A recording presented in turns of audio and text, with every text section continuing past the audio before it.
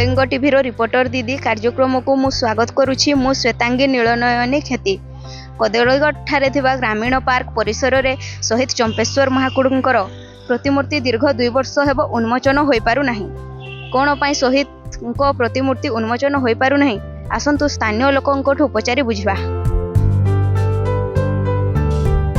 गोटे शहीद माने आमर राज्य पई आम देश पई जो खरा वर्षा शीत काकर रे जीवन को बाजी लगेगी आमको जगी ताकू जो अवमानना आमर कदलीगढ़ जीपी रे करा होउची आज तक सेटा न कहले सरे। तार सबु किछि काम सरी गलानी।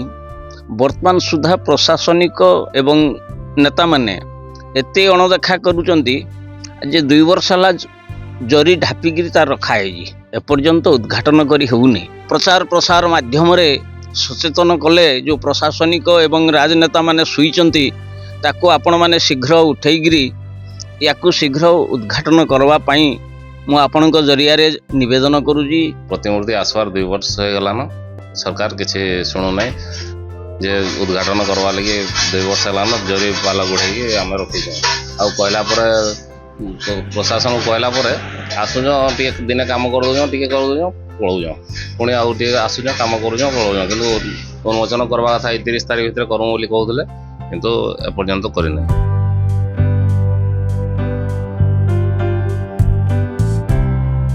सेटा आमको बोला दुख लगुच। बहुत दिन जरीपाल भितर थी आम बहुत शीघ्र भी काम सारीदेलु।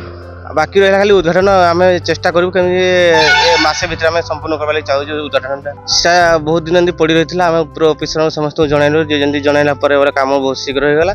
खाली बाकी रहा उद्घाटन खूब शीघ्र हो प्रशासन टे ध्यान दौना।